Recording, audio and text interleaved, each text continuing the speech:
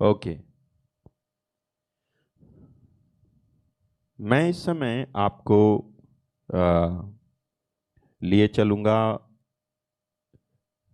एफेसियों का पत्र, उसके अध्याय 5 में, और उसका वचन 14 हम पढ़ेंगे। एफेशियंस चैप्टर 5 वर्स 14। यहां इस तरह से लिखा है कि इस कारण वो कहता है, हे सोने वाले जाग और मुर्दों में से जी उठ, तो मसीह की ज्योति तुझ पर चमकेगी। हे सोने वाले जाग और मुर्दों में से जी उठ, तो मसीह की ज्योति तुझ पर चमकेगी। राइट। अब मेरे भाई मेरी बहन, मैं आपके सामने एक चीज रखना चाहता हूं, ध्यान देना। यहां बाइबल में यह लिखा हुआ है, सोने वाले जाग और मुर्दों में से जी उठ, तो मसीह की ज्योति तुझ पर चमकेगी। एक दूसरा अनुवाद भी इसका ऐसा है कि ज्योति जिसे आलोकित करती है वो स्वयं ज्योति बन जाता है।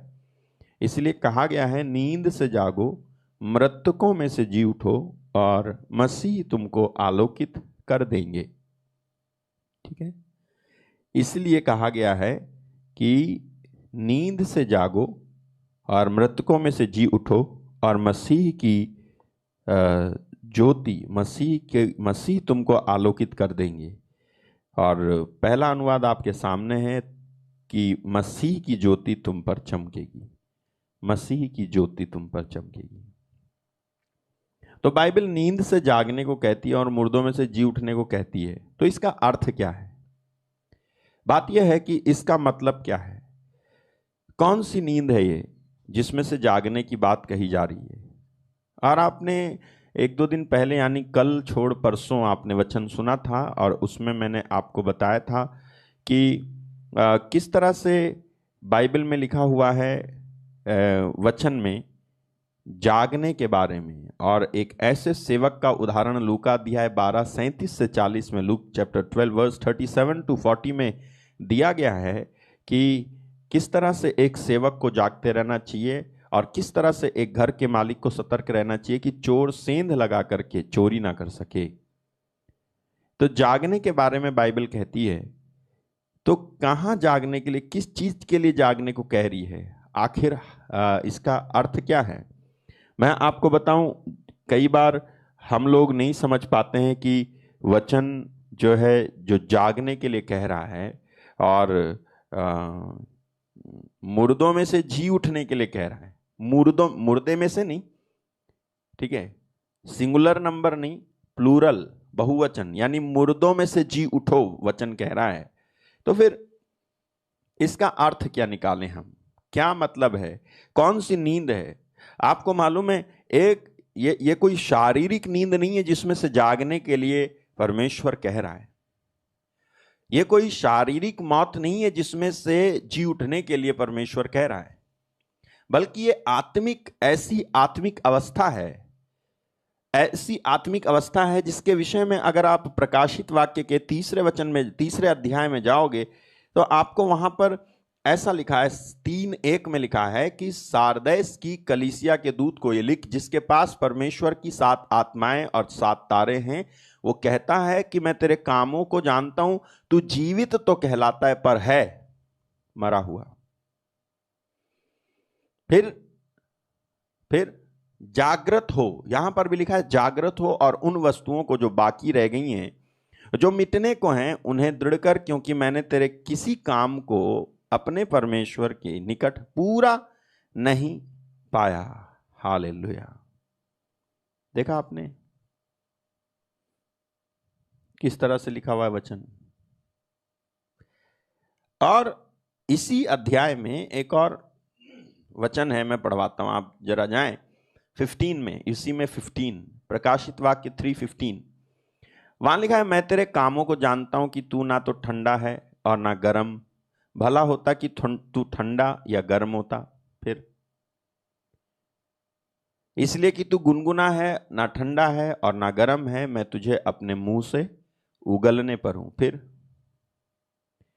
तू कहता है कि मैं धनी हूं, धनवान हो गया हूं और मुझे किसी वस्तु की घटी नहीं है, और यह नहीं जानता कि तू अभागा है और तुच्छ और कंगाल और अंधा और नंगा है। हालेलुया। फिर इसीलिए मैं तुझे सम्मति देता हूं, यानी मैं तुझे सलाह देता हूं कि आग में ताया हुआ सोना मुझसे मोल ले कि धनी हो जाए, कि तू धनी हो जाए, और श्वेत वस्त्र ले ले कि पहनकर तुझे अपने नंगेपन की लज्जा ना हो, और अपनी आंखों में लगाने के लिए सुरमा ले कि तू देखने लगे। हालेलुया। ये कौन सा सुरमा है प्रभु जी कि लगाने से देखने ही लगते। हालेलुया। ओके, वचन इसमें हम रहेंगे। मैं आपको 3:1 फिर से ले चलता हूं, इसी में 3:1 देखो। इसका क्या अर्थ है कि बाइबल नींद से जागने को कहती है और मुर्दों में से जी उठने को कहती है? इसका क्या अर्थ है, इसका क्या मतलब है, वो मैं आपको समझा रहा हूं। यहां लिखा हुआ है कि तू जीवित तो कहलाता है पर है मरा हुआ। तू जीवित तो कहलाता है लेकिन है मरा हुआ। और फिर इसी में 16वें वचन में नहीं 17वें वचन में लिखा हुआ है कि तू कहता है, एक तो मैं बता रहा हूं तेरी हालत कि तू जीवित तो कहलाता है लेकिन है मरा हुआ, और दूसरा तू क्या कहता है, तू कहता है मैं धनी हूं और धनवान हो गया हूं और मुझे किसी वस्तु की घटी नहीं है, और ये नहीं जानता कि तू अभागा, तुच्छ, कंगाल, अंधा और नंगा है। वचन कहता है कि तू कहता है कि मैं धनी हूं, तू कहता है धनवान हो गया हूं, तू कहता है किसी वस्तु की घटी नहीं। तो इसका मतलब यह हो गया, यह जो व्यक्ति है, यह व्यक्ति सचमुच में इस दुनिया की दृष्टि से धनी है। हालेलुया। ठीक है, थैंक यू जीसस। एक वचन मुझे अभी याद आ गया, देखते हैं कि क्या लिखा है वहां। Thank you Jesus.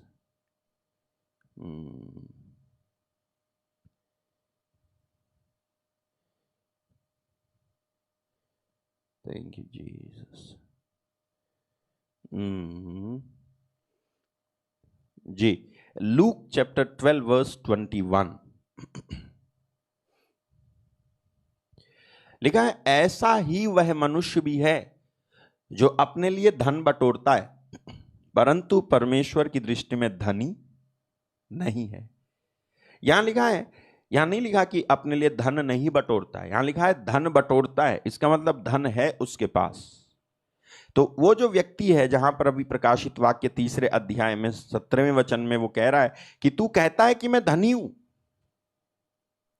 तू कहता है मैं धनवान हो गया हूं, मुझे किसी वस्तु की घटी नहीं है। तू 3 बातें कह रहा है कि मैं धनी हूं, धनवान हूं, मुझे किसी वस्तु की घटी नहीं है, लेकिन तू मेरी नजर में कहीं से कहीं तक धनवान नहीं है